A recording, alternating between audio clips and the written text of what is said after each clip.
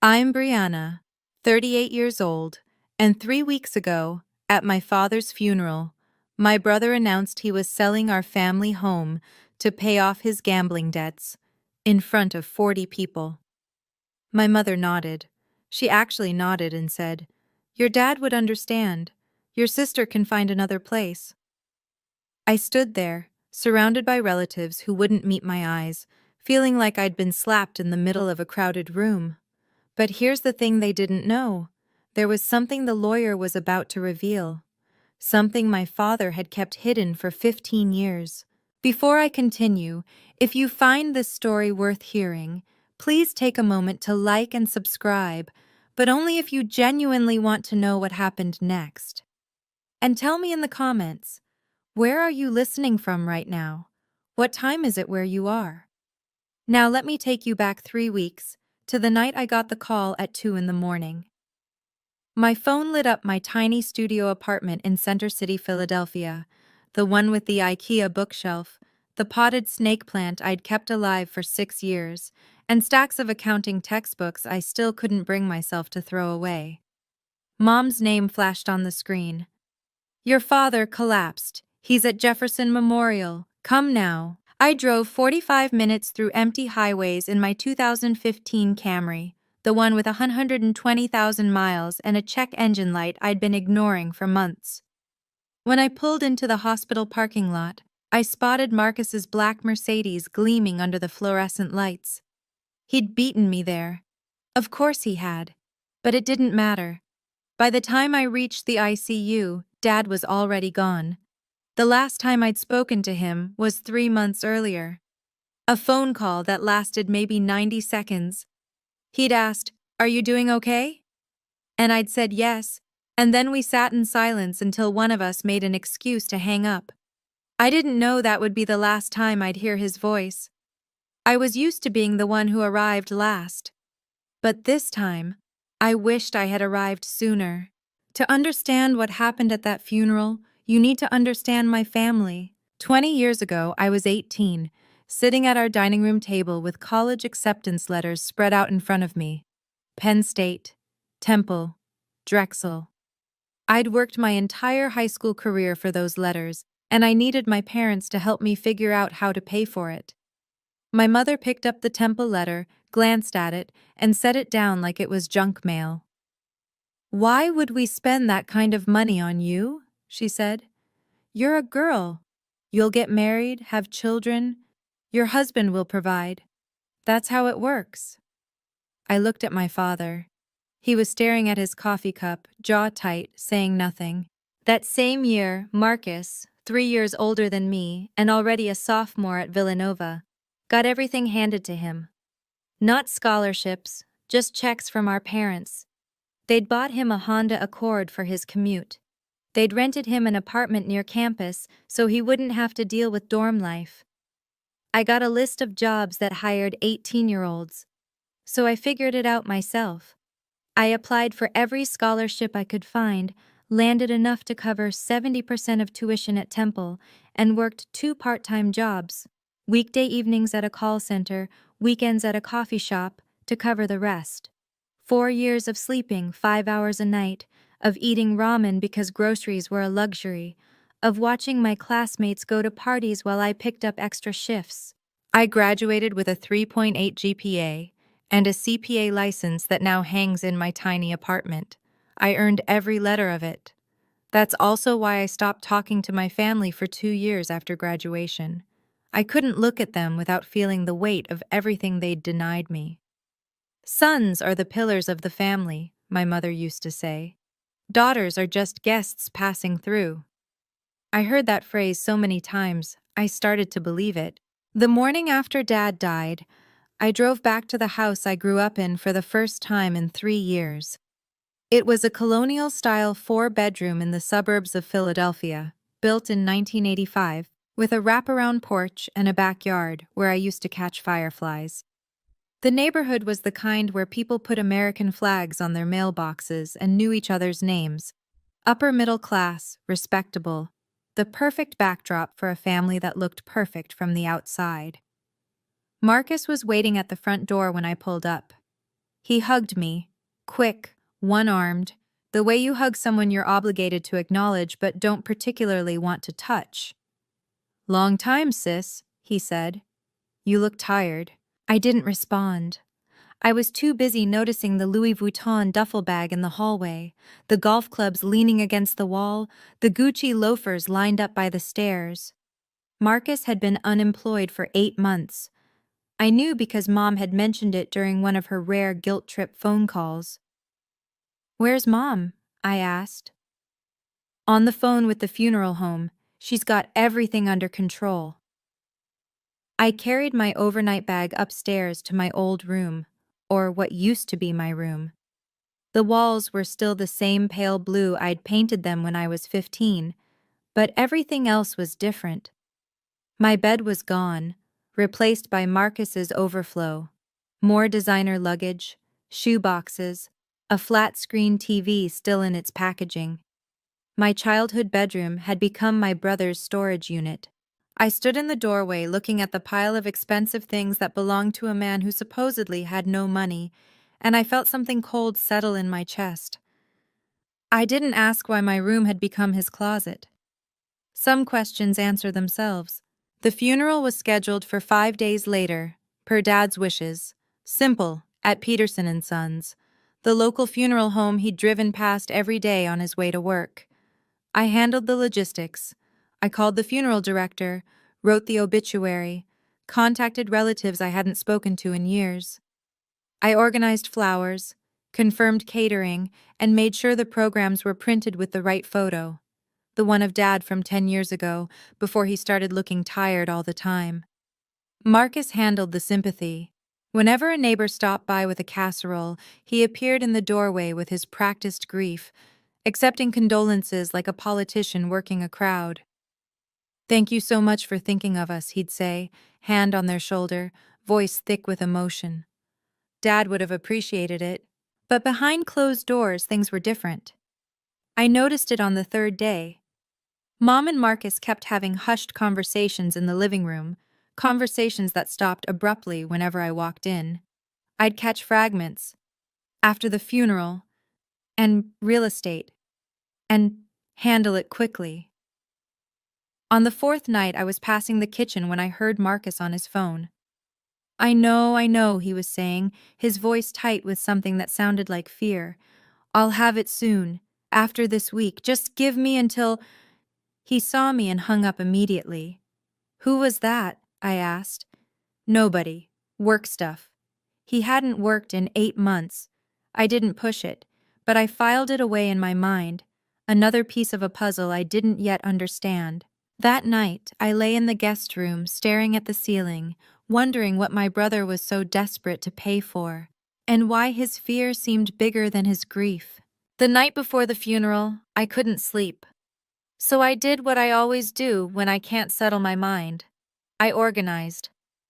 Dad had a small office in the basement, a cluttered room with a wooden desk and filing cabinets from the 1990s. No one had touched it since he got sick. I figured I could at least start sorting through things, make myself useful in a way that wouldn't require me to talk to anyone. The first filing cabinet was full of tax returns and utility bills going back decades. The second held old photographs, report cards, mine and Marcus's, and a folder labeled Important Documents. Inside, I found my birth certificate, a few photos of me as a baby, and a single sheet of paper with a logo I didn't recognize. Farwell Family Holdings, LLC, dated 2009. I stared at it.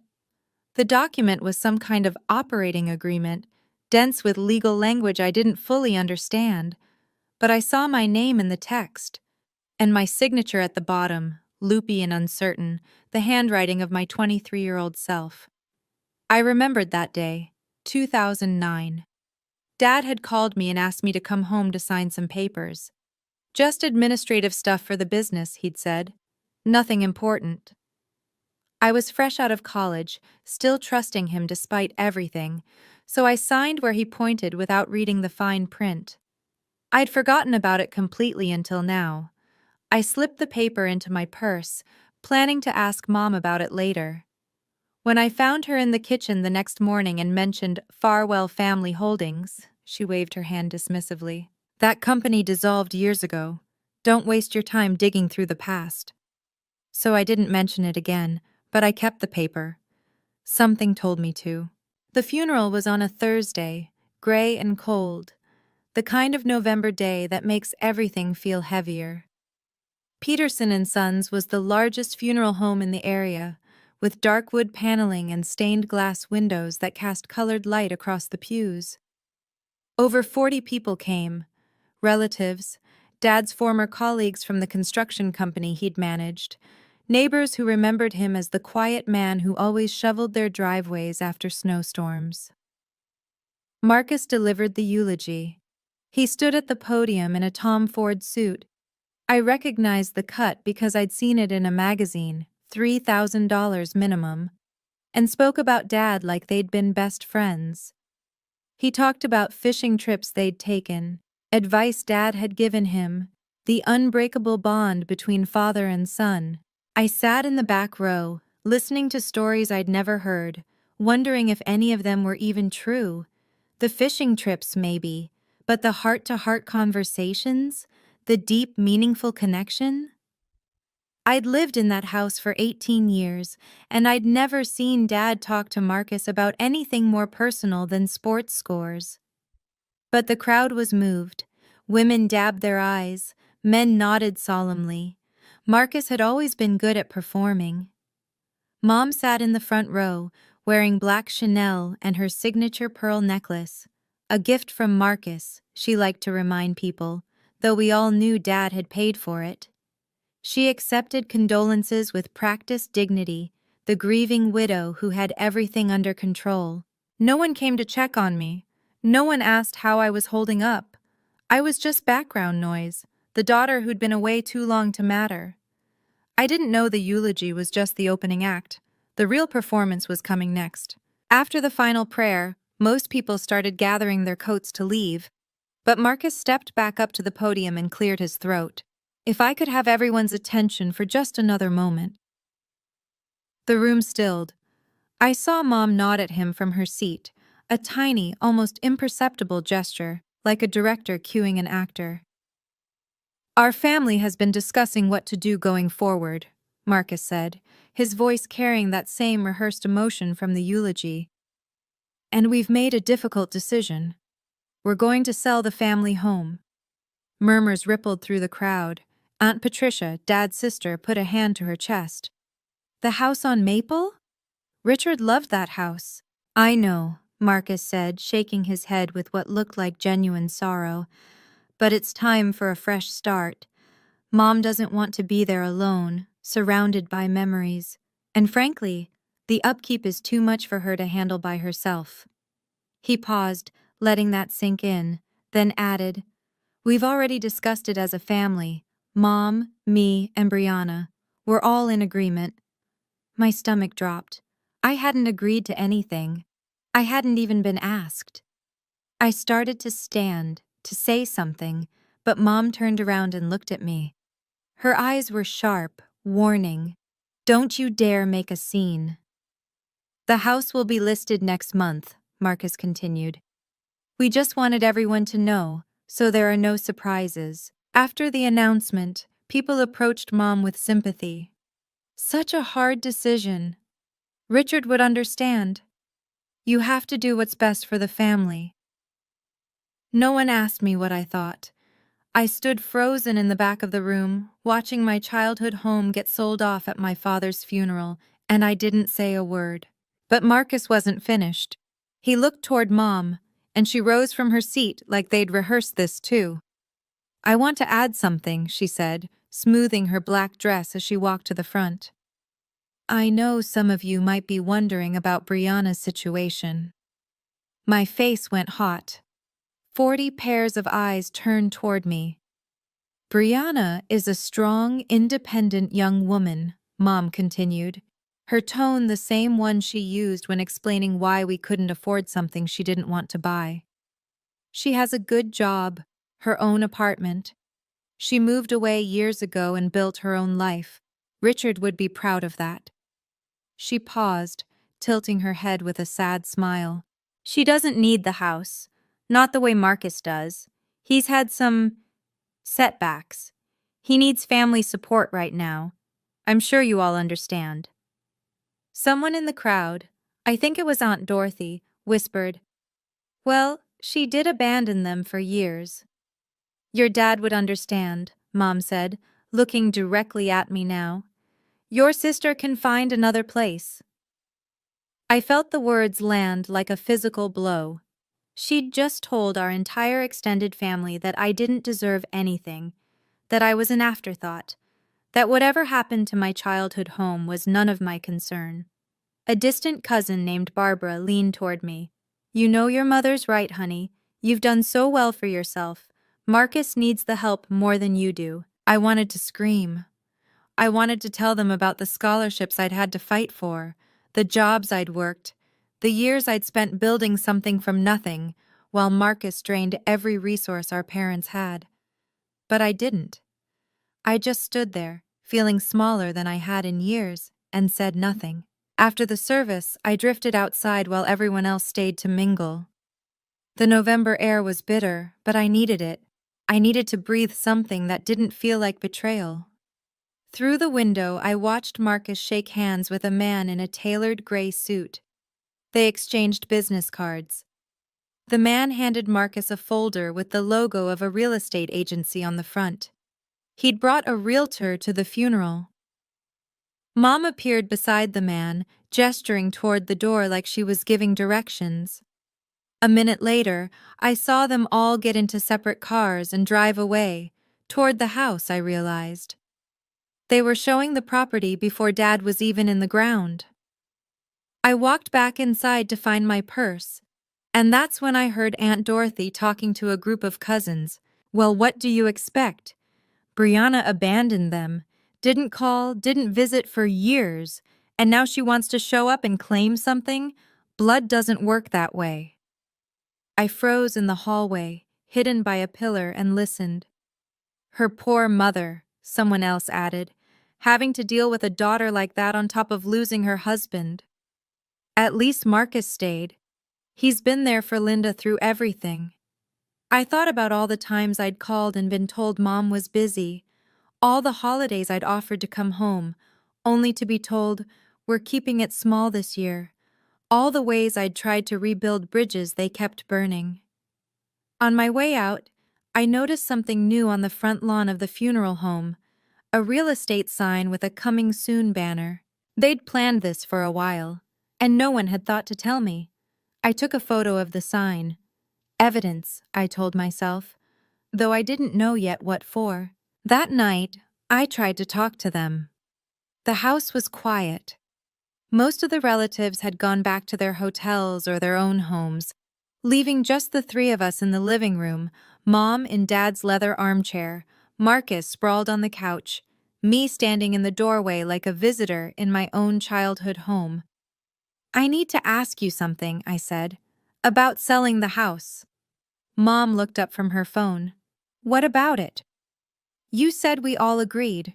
We didn't. No one asked me anything." Marcus laughed, a short, dismissive sound. "Come on, Bree. You haven't been part of this family in years. What do you care what happens to it?" "I care because it's our family home, because Dad died 4 days ago and you're already showing it to buyers, because I have just as much right to be part of this decision as either of you." Mom's expression hardened. "You have no right. You walked away. You didn't call, didn't visit, didn't help when your father was sick. And now you want to show up and demand a say?" I called. "You said you didn't need me." "We didn't need your guilt. We needed your presence." Marcus sat up, fixing me with a look that was almost pitying. "Look, I'm going to be honest with you.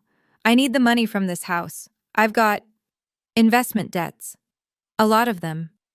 And if you make a scene about this, I'll tell everyone exactly what kind of daughter you've been. How you cut Dad off for 2 years. How you broke his heart." My throat tightened. That was my deepest shame. The years I'd refused to speak to Dad, and Marcus had just weaponized it. "I'm trying to help the family," he said. You're trying to tear it apart. I left the room without another word, but I didn't leave the house. Not yet. I know what you're probably thinking right now. Why didn't I fight back? Why didn't I call a lawyer right then and there? But here's the thing you have to understand. This was my family, my mother, my brother, the people I'd spent my entire childhood trying to earn love from. Walking away from them had already broken something inside me once. I wasn't ready to do it again. If you've ever been in a situation like this, where standing up for yourself meant losing everyone you'd ever known, drop a comment below. Tell me I'm not alone. And if you want to know what happened next, stay with me. 3 days after the funeral, Mom called another family gathering, this time at the house. To discuss the estate, she said. So everyone's on the same page. 15 people crowded into the dining room. Aunt Dorothy, Uncle Frank, my grandmother on Mom's side, various cousins I barely recognized. The room felt smaller than I remembered, stuffed with bodies and opinions and the weight of decisions being made without me.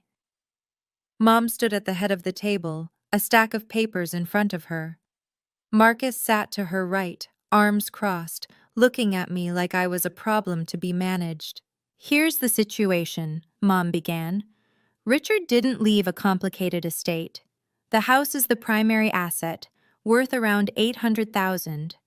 My plan is to sell it, pay off outstanding debts, and use the remainder to support myself in my retirement. What about Brianna? Grandma asked. She was the only one who looked at me with something other than judgment. Brianna has her own career, Mom said smoothly. She doesn't need support. She moved out years ago, built her own life. I'm proud of her for that. But she's still your daughter, Grandma pressed. Richard's daughter. Aunt Dorothy, Mom's sister, jumped in. With all due respect, Mother, Brianna hasn't exactly been present. She cut ties with this family. You can't walk away and then come back with your hand out. I'm not asking for anything, I said. I'm asking to be included in decisions about my own family's property. You are included, Marcus said with a thin smile.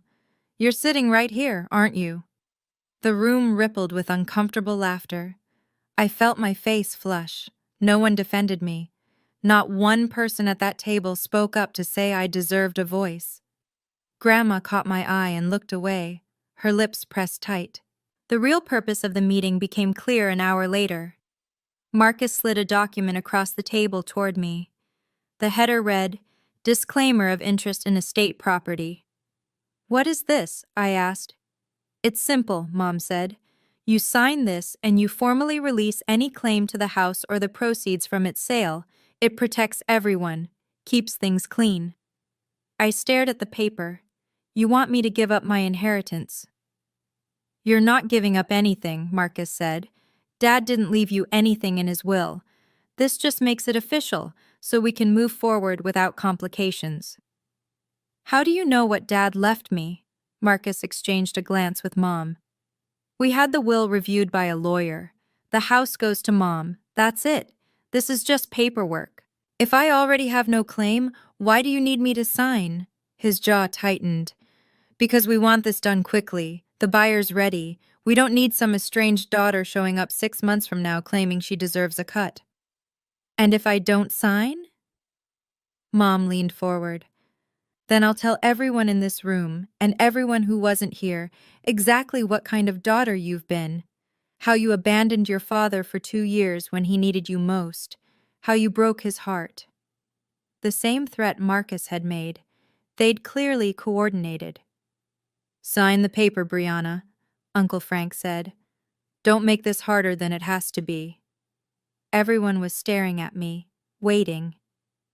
I picked up the pen, Dad's Mont Blanc, I realized, the one he'd gotten for his 20-year work anniversary, and held it over the line. Then I set it down. I need time to think, I said. Marcus's smile disappeared. You have 24 hours. I drove back to my apartment that night feeling like I'd already lost. The studio felt emptier than usual. I sat on my second-hand couch in the dark, streetlights casting long shadows through the window, and ran through my options. I could sign the paper, give up whatever claim I might have, walk away, let them have the house. It would be easier. No more family meetings, no more accusations, no more being made to feel like I didn't belong. But something in me refused. Maybe it was pride. Maybe it was the memory of all those nights I'd worked double shifts to pay for a degree my parents refused to fund. Maybe it was the way Mom had announced to 40 people that I didn't matter. Or maybe it was the paper in my purse, the one with the logo I didn't recognize, Farwell Family Holdings LLC. I pulled it out and looked at it again in the dim light. My signature was there at the bottom, loopy and young, from 15 years ago. Dad had asked me to sign it, and I had without question, because I trusted him. What had I signed? I thought about calling a lawyer, but it was almost midnight, and I didn't even know where to start. Then I remembered. Dad's funeral program had listed a name: Gerald Whitmore, estate attorney, Henderson Family Counsel for 20 years. I found the number in Dad's old address book, which I'd taken from his office along with a few other things. Tomorrow, I decided. Tomorrow I would call this Gerald Whitmore and ask him what Farwell Family Holdings meant. If I was going to lose, at least I wanted to know the truth first. Gerald Whitmore's office was on the 4th floor of a brick building in downtown Philadelphia, the kind of place with brass nameplates and Persian rugs and the faint smell of old paper. He was older than I expected, late 60s with white hair and wire-rimmed glasses that made him look like someone's grandfather. But his eyes were sharp when he shook my hand. "Miss Henderson, I was hoping you'd call." That surprised me. "You were? Please sit down." He gestured to a leather chair across from his desk. "I've been your father's estate attorney for 20 years. He and I had an understanding."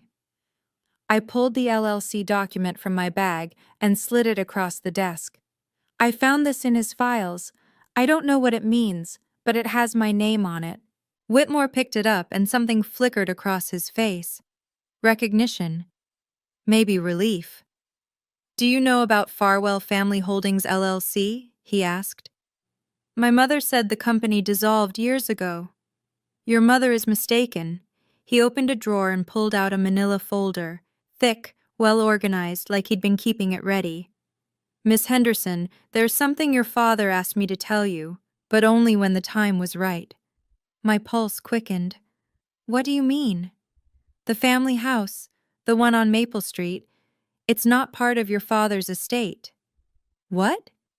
"In 2009, your father transferred the property into Farwell Family Holdings LLC.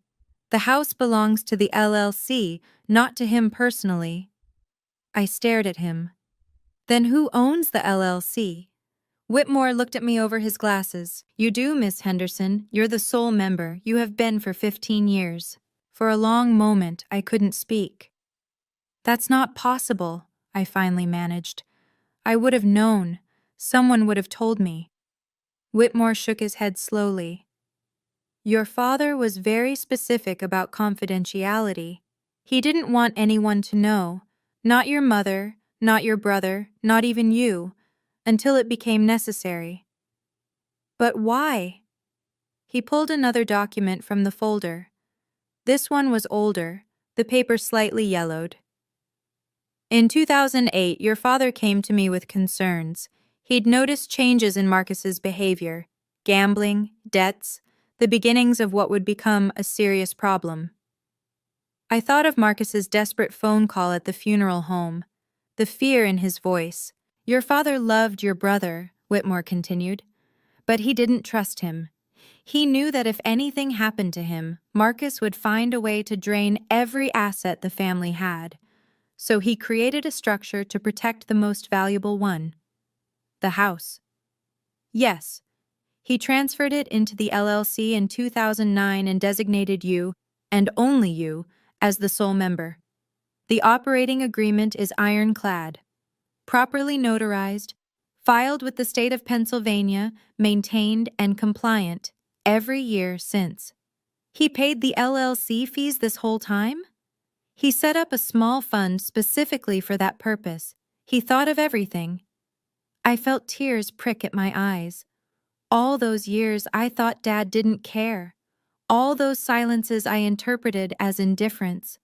And this whole time, he'd been building a fortress around me. Your father wasn't good with words, Whitmore said gently. But he was meticulous with documents. This was his way of saying what he couldn't. I wiped my eyes with the back of my hand. What do I do now? Now, he said, we set the record straight. Whitmore let me sit in his office for as long as I needed. He made tea, Earl Grey in china cups that looked like they'd been his grandmother's, and waited while I processed everything. For the first time since Dad died, I really cried. Not the polite, controlled tears I'd shed at the funeral. These were ugly, gasping sobs that came from somewhere deep in my chest. Grief and relief and confusion all tangled together. Dad had seen me. All along, he'd seen me. I thought about every time he'd sat silent while Mom dismissed me. Every holiday where Marcus was celebrated and I was tolerated. I'd interpreted his silence as agreement, as proof that he thought I mattered less too. But that wasn't it at all. He just hadn't known how to fight for me out loud. So he'd fought for me on paper. Whitmore handed me a sealed envelope. My name was written on the front in Dad's handwriting. Shaky, the letters uneven, like his hands had been unsteady when he wrote it. He gave me this 3 months ago, Whitmore said. Asked me to hold it until you needed it. I didn't open it there. I wasn't ready. But I ran my thumb over the letters of my name and felt something shift inside me. There's going to be a formal will reading, Whitmore said. I'll arrange it for Friday. I'll invite everyone who was at that family meeting. They'll fight this, I said. They'll say I manipulated Dad or that the documents are fake. Let them say whatever they want. He pulled out another folder, this one full of receipts, notarized signatures, filing confirmations. I've been preparing for this moment for 15 years. The paper trail is impeccable. For the first time in weeks, I felt something like hope. How do you want to handle this? Whitmore asked. I'd stopped crying by then. The tea had gone cold, but my mind was sharper than it had been in days. I could tell them privately, I said. Pull Mom and Marcus aside, explain the situation, avoid a public scene. You could, Whitmore agreed. That would certainly be the more diplomatic approach. But they didn't give me that courtesy. I thought about the funeral announcement, the family meeting, the way they'd tried to humiliate me into submission in front of everyone I'd grown up with. They chose to do this publicly, to make me look like the ungrateful daughter in front of 40 people. So you'd like to set the record straight in the same venue? I'd like the truth to come out the same way the lies did. Whitmore nodded slowly. I'll schedule the formal will reading for Friday at 10 a.m. I'll invite everyone who was at that meeting. Your mother, brother, aunts, uncles, grandmother. They'll expect it to be a routine procedure. Will you need anything from me? Just be there. Bring the original document you found. I'll handle the rest.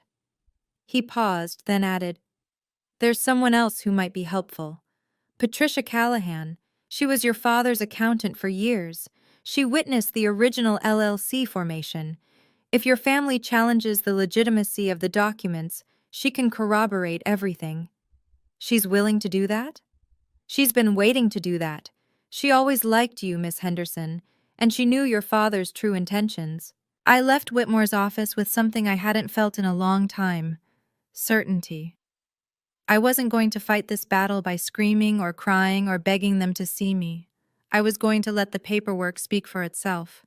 Patricia Callahan lived in a modest townhouse in Conshohocken, the kind of place with window boxes full of mums and a welcome mat that actually meant it. She was in her late 50s with silver-streaked hair and the kind of face that made you want to tell her your problems. I wondered when you'd come, she said, ushering me into her living room. Gerald called ahead. Tea? Please? She poured from a ceramic pot while I sat on her floral couch. trying to figure out how to start. But Patricia did it for me. Your father talked about you constantly, she said. Did you know that? No. He did.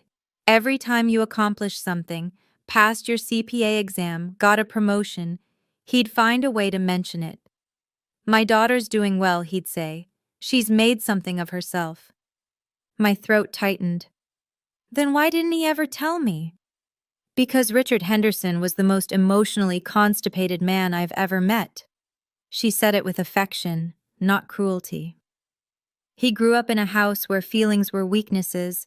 He didn't know how to say, I love you, so he showed it in the only language he understood, spreadsheets and legal documents. The LLC. I was there when he set it up. I witnessed the signatures, helped him file the paperwork. He made me promise not to tell anyone, not even you, unless something went wrong. And now something's gone wrong. Your mother and brother are about to sell a house that doesn't belong to them. I'd say that qualifies. She set down her teacup and looked at me directly. Your father wasn't perfect, Brianna, but in the end, he chose you. Don't let them take that away. I nodded. I wouldn't. The night before the will reading, Marcus called. 24 hours is up, he said. Have you made your decision? I was sitting on my bed, Dad's letter still unopened on my nightstand. I'll be at the reading tomorrow. Good. I could hear the smile in his voice. Bring a pen. We'll get this wrapped up and everyone can move on. I'll see you there, Marcus. After he hung up, Mom called. Her tone was different, softer, almost pleading. Brianna, I know things have been difficult between us, but I need you to understand. This isn't about pushing you out. It's about survival. Marcus has gotten himself into trouble, and if we don't help him, people will get hurt. What kind of trouble? She hesitated. He owes money to dangerous people, a lot of money, over 300,000, maybe closer to 350. I've already given him everything I had saved. The house was supposed to be the last resort. So that was the real number. $340,000 in gambling debts. My brother had hollowed himself out chasing wins that never came. I'm sorry Marcus is struggling, I said, but selling Dad's house, my house, isn't going to fix him. It's just going to enable him to keep going. You don't understand. I understand perfectly. I'll see you tomorrow, Mom. I hung up and finally opened Dad's letter. His handwriting was shaky, the words uneven, but the message was clear. Brianna, I know your mother and brother haven't treated you fairly. I'm sorry I never had the courage to say so out loud. I wasn't a good father, but I tried to leave you something they couldn't take away. You're the only one I trust with what matters. Dad. I folded the letter carefully and slipped it into my blazer pocket. Tomorrow, I wouldn't need to say much. The paper would do the talking. Friday morning, 10 a.m., Gerald Whitmore's office. The conference room was larger than his private office, with a mahogany table long enough to seat 12 and oil paintings of Philadelphia landmarks on the walls. A crystal chandelier hung overhead, casting prismatic light across the polished wood. I arrived at 9:45 and found Whitmore already setting up. Folders arranged at his seat, a glass of water at each place, the overhead projector ready in case he needed to display documents. Are you ready? He asked. As I'll ever be. The family started arriving at 9:55.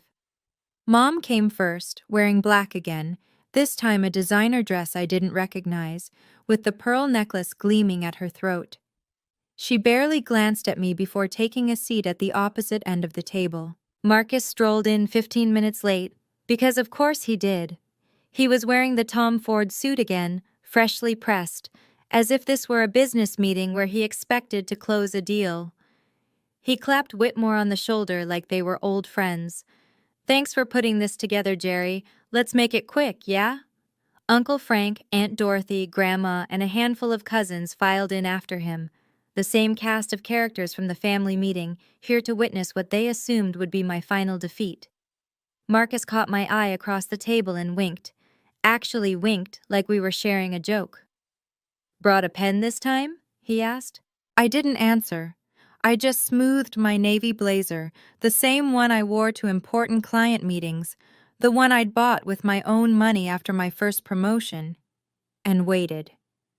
Whitmore closed the door and took his place at the head of the table. "Shall we begin?" I have to pause here for a second, because this is the moment I'd been waiting for my entire life. Not for revenge. I want to be clear about that. I wasn't sitting in that conference room dreaming about making my family suffer. I was waiting to be seen, to be acknowledged, to finally, after 32 years, have someone stand up and say that I mattered. If you've ever felt invisible in your own family, like no matter what you accomplished, it was never enough, then you know exactly how I felt in that chair. Like and comment if you're still with me. And stay close. What happened next changed everything.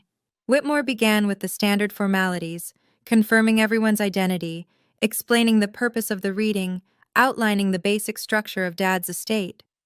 "Richard Henderson's will is straightforward," he said, turning pages in his folder. "Personal effects are to be distributed among family members at Mrs. Henderson's discretion.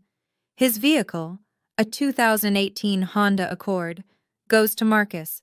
His savings accounts, totaling approximately $47,000, go to his wife, Linda." Mom nodded, looking satisfied.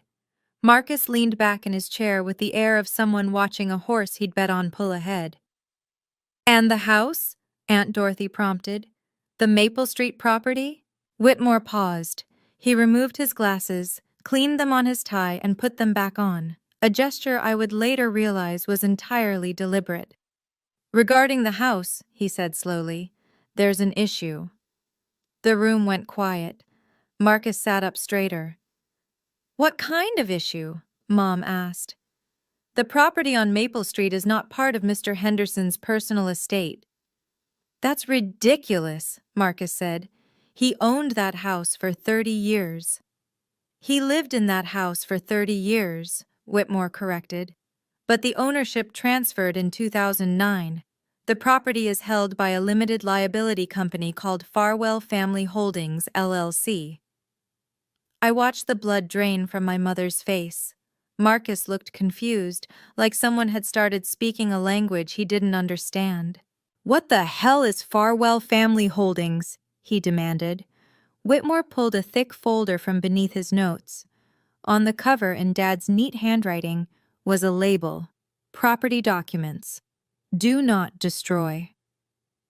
"I think," Whitmore said, "we need to discuss the corporate structure your father put in place 15 years ago." Whitmore laid out the documents one by one, like a dealer spreading cards across a table. In 2009, Richard Henderson transferred the Maple Street property into a limited liability company.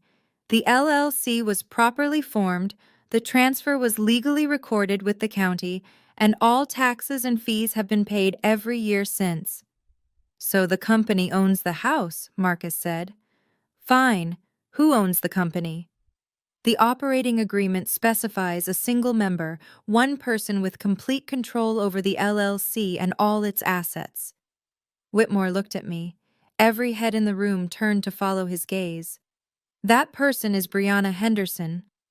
The silence lasted exactly 3 seconds. Then Marcus exploded out of his chair. "That's bullshit!" His face had gone from pale to red in an instant. "She manipulated him. She got to him when he was sick and confused." "The documents were executed in 2009, Whitmore said calmly. "Your father was 53 years old and in perfect health. The signatures were notarized by a licensed notary public and witnessed by his accountant, who is prepared to testify to his mental competence at the time." "I don't believe this." Marcus grabbed one of the documents and scanned it, his hands shaking. "This is fraud.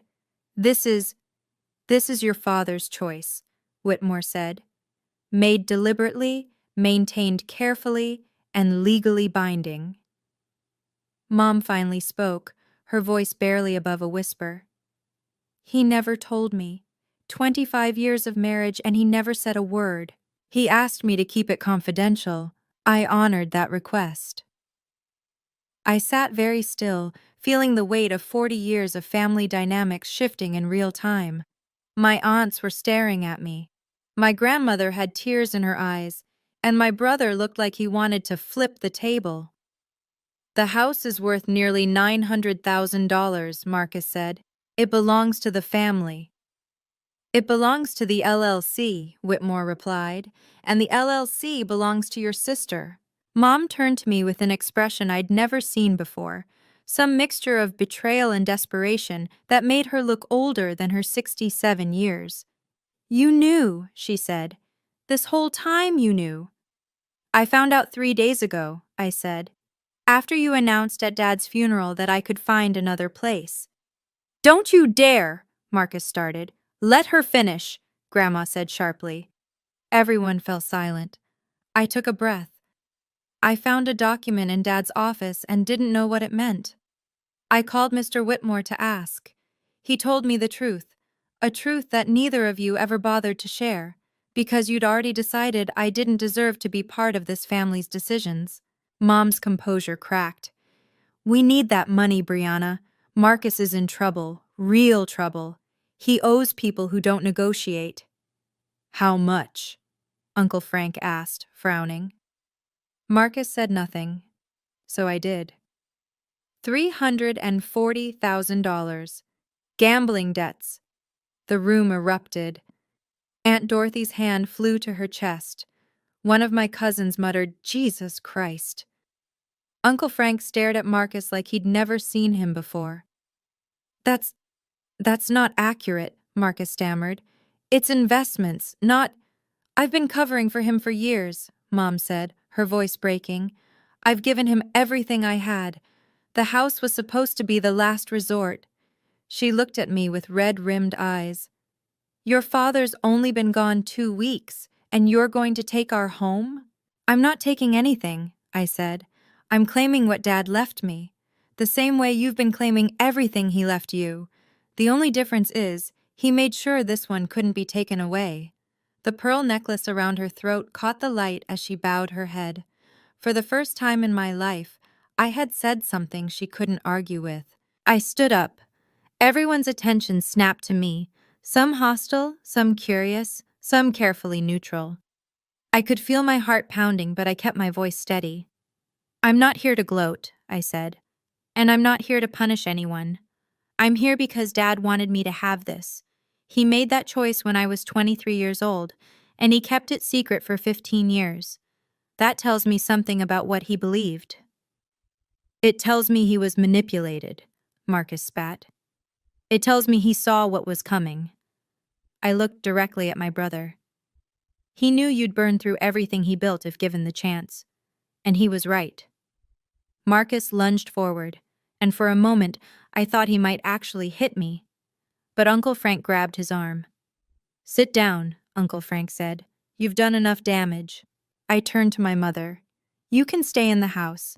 I'm not going to put you on the street, but it will be under a formal lease. $1 a month, renewable yearly, at my discretion. $1 a month? She repeated. And Marcus doesn't live there. That's non-negotiable. You can't. I can. The house belongs to my LLC. I decide who lives in it. The room was dead silent. I could see the calculations happening behind everyone's eyes, the power shifting, the old assumptions crumbling. Marcus needs help, I said softer now. Real help, not money to throw at bookmakers. If he wants to get treatment for his addiction, I'll support that, but I won't be part of enabling him to destroy himself. I picked up my bag and looked around the table one last time. I didn't ask for this, but I'm not going to apologize for accepting what my father chose to give me. Then I walked out. I made it halfway down the hallway before I heard footsteps behind me. Brianna, wait. I turned. It was Grandma, my mother's mother, moving faster than I'd seen her move in years, her cane clicking against the marble floor. Grandma, I'm sorry. I know that was... Don't apologize. She reached me and took my hand in both of hers. Her grip was stronger than I expected. I need to tell you something. We stepped into an alcove near the elevator, out of sight from the conference room. I knew, she said. What? About the LLC. Richard told me before he died. He asked for my blessing. I stared at her. You knew this whole time? He came to me 3 months ago, right after his diagnosis, said he didn't have much time left and needed to know he'd done the right thing. Her eyes glistened.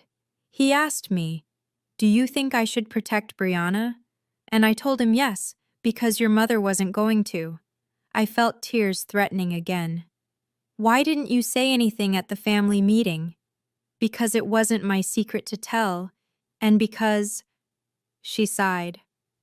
I wanted to see if your mother would come to her senses on her own, give her a chance to do the right thing. She didn't. No, she didn't. Grandma squeezed my hand. But you did. You stood your ground. You didn't let them bully you. I learned from watching you, I said quietly. She smiled, a real smile, the kind I remembered from my childhood. You remind me of your grandfather. He was stubborn too, in the best way. She patted my cheek and turned back toward the conference room. Go home, sweetheart. You've earned a rest. I'll handle what's left in there. I was almost to my car when Marcus caught up with me. Brianna, wait, please. I stopped but didn't turn around. I could hear his breathing, ragged, uneven, like he'd been running. I know you're angry, he said.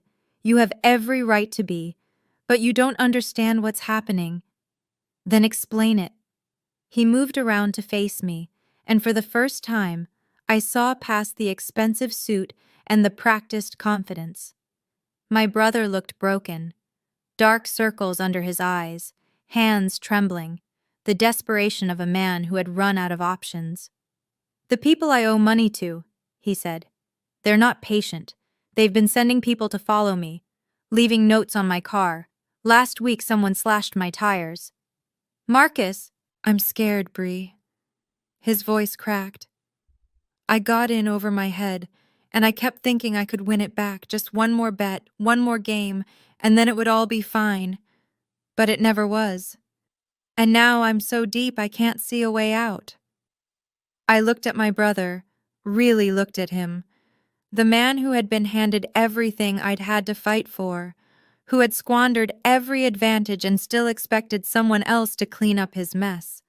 And underneath all that, I saw the kid who used to play catch with me in the backyard. The teenager who walked me to school when I was scared of the older kids, before everything went wrong. You need rehab, I said, not money. I know. 90 days, minimum. A real program, not some weekend retreat. He nodded, not meeting my eyes. If you do that, I said, really commit to getting help, then we can talk about what comes next, but not before. And if I don't? Then you're on your own. Mom was waiting by my car. She must have slipped out a side entrance while I was talking to Marcus. Her makeup was streaked, the careful facade completely dissolved. She looked smaller somehow, like grief and shock had compressed her. Did he leave anything for me? She asked quietly. Richard, in that folder of his. Any message, any explanation? I thought about lying, telling her that Dad had written her a beautiful letter full of reconciliation and forgiveness, but she didn't deserve a lie. She deserved the truth. No, I said. He didn't mention you at all. She flinched like I'd struck her. 35 years, she whispered. I gave him 35 years of my life, and he left everything to... He left the house to me, I said. Not because he loved me more, because he knew you and Marcus would burn through it, and he was right. I was doing what I thought was best for the family. You were doing what was best for Marcus.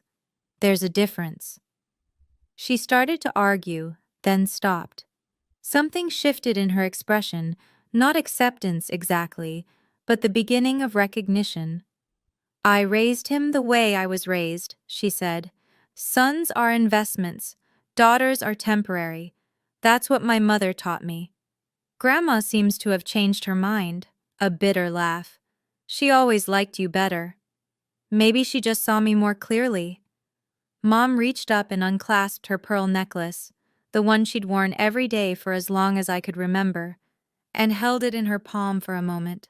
I don't know how to fix this, she said. Neither do I admitted. But maybe that's where we start. She didn't respond.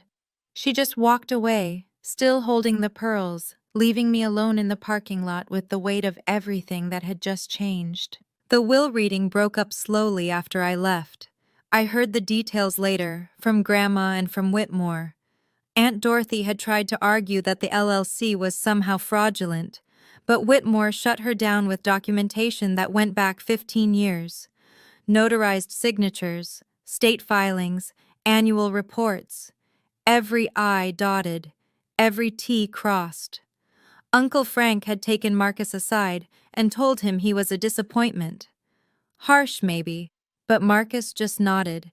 He was too hollowed out to fight anymore. Patricia Callahan called me that evening. You did beautifully, she said. Your father would have been so proud. I just told the truth.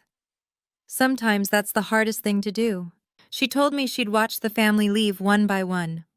Some of them stopped to shake Whitmore's hand and mutter apologies for their earlier assumptions. A few cousins had apparently texted me, though I hadn't checked my phone yet. Your grandmother stayed until the end, Patricia added. She wanted to make sure the message was clear. She told your mother, "You did this to yourself, Linda. Don't blame the child." I smiled despite everything. Grandma had always had a spine of steel, even when the rest of us were crumbling.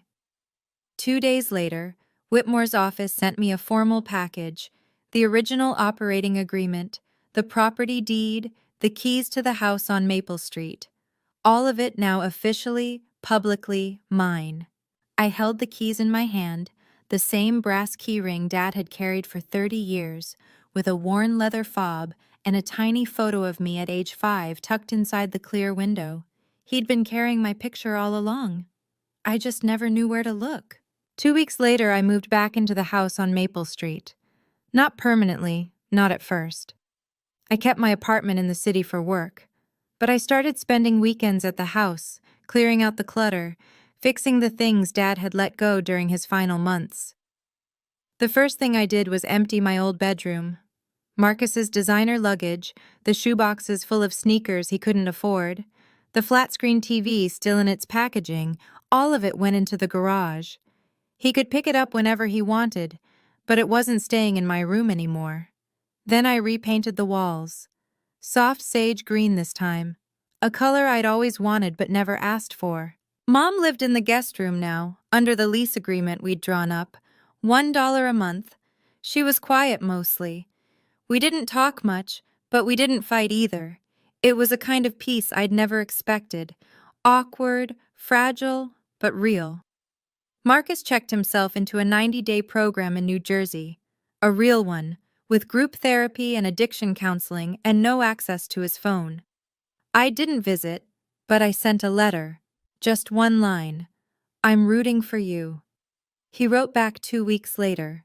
2 words. Thank you. On Sundays, I started having dinner with Grandma. She'd come over with a casserole or a pie, and we'd sit in the kitchen where I used to do homework, and she'd tell me stories about my grandfather, the stubborn man I'd apparently inherited more than I knew. The house felt different now, lighter, like it had been holding its breath for years, waiting for someone to let it exhale. I put fresh flowers on the mantel where Dad's photo sat, yellow roses, his favorite. Last night, I sat on the porch as the sun went down, holding a cup of ginger tea, the same kind Dad used to drink every evening, though I never knew that until I found his mug in the cabinet. I'd read his letter 100 times by now. The words were wearing thin at the creases where I'd folded and unfolded the paper. but I could still make out the last line. You're the only one I trust with what matters. For so long, I thought my father didn't love me. I thought his silence was proof that I wasn't worth speaking up for, that I was invisible to him the same way I was invisible to everyone else in that house. But I had it backwards. Dad didn't know how to love out loud. He grew up in a family where emotions were weaknesses and actions were everything. So he showed me he cared the only way he knew how, by protecting me with documents when he couldn't protect me with words. I used to think strength meant fighting back, screaming, demanding to be seen. But now I understand it differently. Sometimes strength is patience. Sometimes it's building a fortress so quietly that no one notices until it's already standing. I'm not going to pretend everything is fixed. Mom and I are still learning how to be in the same room. Marcus has 84 days left in rehab, and I don't know who he'll be when he comes out. Some of my relatives still think I manipulated a dying man. But I know the truth. And that's enough. Dad never said I love you, but he wrote my name on every document that mattered. He gave me the house I grew up in, the security my mother tried to take, and a future no one could steal. That was his way of saying it, and I finally heard him. Thank you for staying with me until the end. If you've ever felt invisible in your own family, like no matter what you accomplished, you were always less than enough, I want you to know something. You deserve to be seen. You deserve to be valued. And protecting yourself isn't selfish, it's necessary. If this story meant something to you, please hit like and subscribe. It helps more than you know. And if you have a story of your own, about family, about boundaries, about finally standing up for yourself, share it in the comments. I'd love to hear it. Check the description for more stories like this one. Until next time, be kind to yourself. You've earned it.